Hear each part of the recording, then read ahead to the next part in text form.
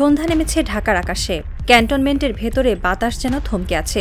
Radar স্টেশনের পাশে parade মাঠ অন্ধকারে ডুবে, শুধু দূরের অফিস ভবনের কাচের জানালায় জ্বলছে কয়েকটি নিঃসঙ্গ আলো। বাংলাদেশের বিমান বাহিনীর স্ট্র্যাটেজিক অপারেশন ইউনিটের একটি কনফারেন্স রুমে বসে আছেন air vice marshal Mahmud Hasan. তার সামনে খোলা একটি ল্যাপটপ, তাতে সাদা অক্ষরে ফুটে উঠছে একটি headline, Bangladesh to build UAV factory with China, tech transfer deal confirmed. একজন তরুণ কর্মকর্তা ধীরে ধীরে রিপোর্ট পড়তে শুরু করল। স্যার, ডিসেম্বরের মধ্যেই প্রথম দফার নির্মাণ শেষ হবে। চীন থেকে আসবে প্রযুক্তি ও বিশেষজ্ঞ দল। আগামী বছরের মার্চের মধ্যে প্রথম বাংলাদেশি প্রস্তুত ড্রোন উড্ডয়ন করবে বলে আশা করছি। মাহমুদ হাসান চুপ করে শোনেন, তারপর নিচু গলায় বলেন, এই খবরটাই ভারতকে আজ রাতে ঘুমোতে দেবে না।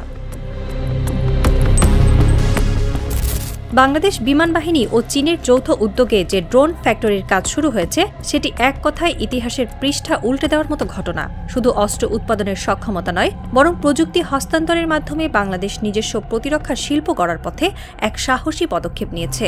চীনের সহযোগিতায় তৈরি হচ্ছে একটি unmanned Arial vehicle manufacturing and research centre. শুরুতে যেসব ড্রোন তৈরি হবে সেগুলোর গঠন ও প্রযুক্তি মূলত হবে গার্ডিয়ান ক্লাসের ISR, ইন্টেলিজেন্স সার্ভাইল্যান্স রিকনাসান্স প্ল্যাটফর্ম, যা সোনাদিয়া, টেকনাফ ও মোংলা উপকূলের উপরে নির্বিচারে নজরদারি চালাতে পারবে।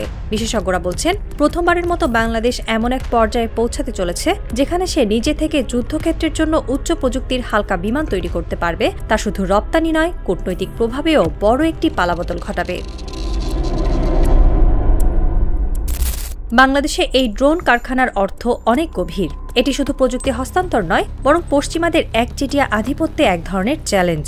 সামরিক বিশেষজ্ঞ ব্রিগেডিয়ার জেনারেল মোস্তাফিজুর রহমান বলেন, যখন আপনি নিজে ড্রোন তৈরি করতে পারেন, তখন আর আপনাকে মার্কিন বা ইউরোপীয় কোম্পানির মুখাপেক্ষী হতে হয় না। এটা শুধু সামরিক স্বাধীনতা নয়, কূটনৈতিক স্বাধীনতাও। এই কারখানায় প্রশিক্ষণ দেওয়া হবে নতুন প্রজন্মের অ্যাভিয়েশন ইঞ্জিনিয়ারদের। থাকবে R&D ল্যাব, যেখানে যুদ্ধক্ষেত্রের জন্য কাস্টমাইজড ড্রোন তৈরির সম্ভাবনা থাকবে, যেমন বর্ডার সার্ভাইল্যান্স, সাইবার লিঙ্ক ইউএভি এবং আগাম সতর্কতা ড্রোন।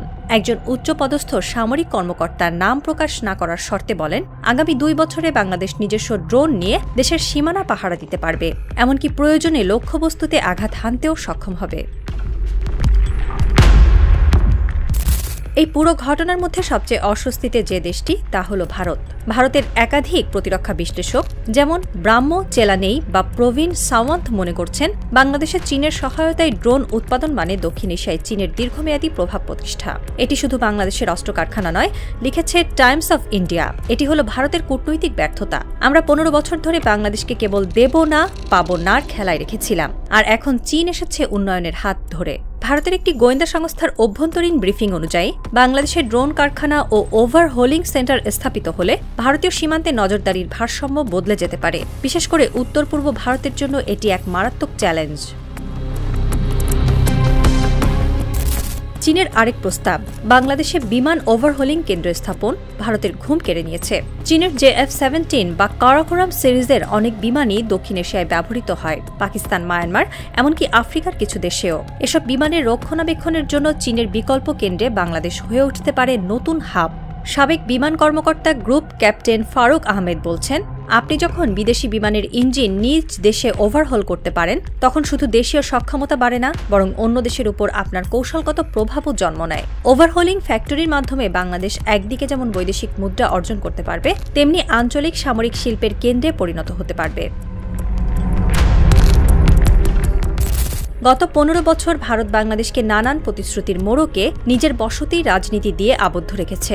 তিস্তা চুক্তি হয়নি, সীমান্ত হত্যাকাণ্ড থামেনি, আর ট্রানজিটের নামে চলেছে একতরফা সুবিধা। চীন যখন বিনিয়োগ, প্রযুক্তি ও সম্মান নিয়ে এগিয়ে এসেছে, তখন ভারত প্রশ্ন তুলেছে নিরাপত্তা উদ্বেগের।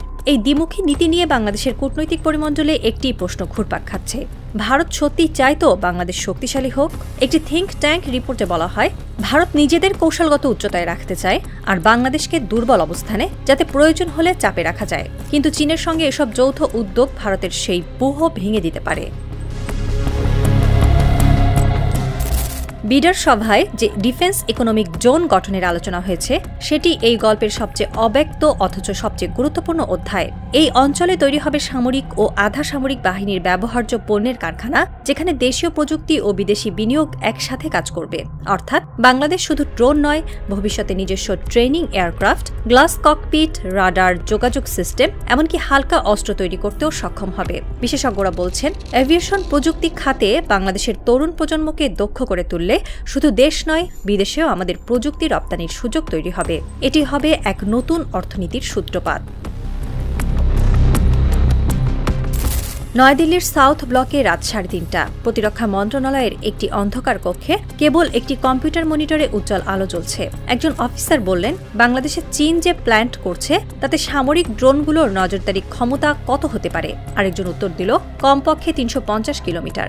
উত্তর পূর্ব ভারতের বেশ কিছু সেনা ক্যাম্প তাদের নজরদারির মধ্যে পড়ে যাবে। কক্ষের ভেতরে কেবল আরেকটি শব্দ, রেড অ্যালার্ট। আর ঠিক সেই মুহূর্তে কক্সবাজারে বাংলাদেশের বিমান বাহিনীর একটি ফিল্ড টিম মাঠে পরীক্ষা চালাচ্ছে প্রথম বাংলাদেশি তৈরি ড্রোন সিগন্যাল ট্র্যাকিং সিস্টেম। ড্রোনটি ধীরে ধীরে আকাশে উঠে যাচ্ছে, নীরব অথচ নির্ভীক।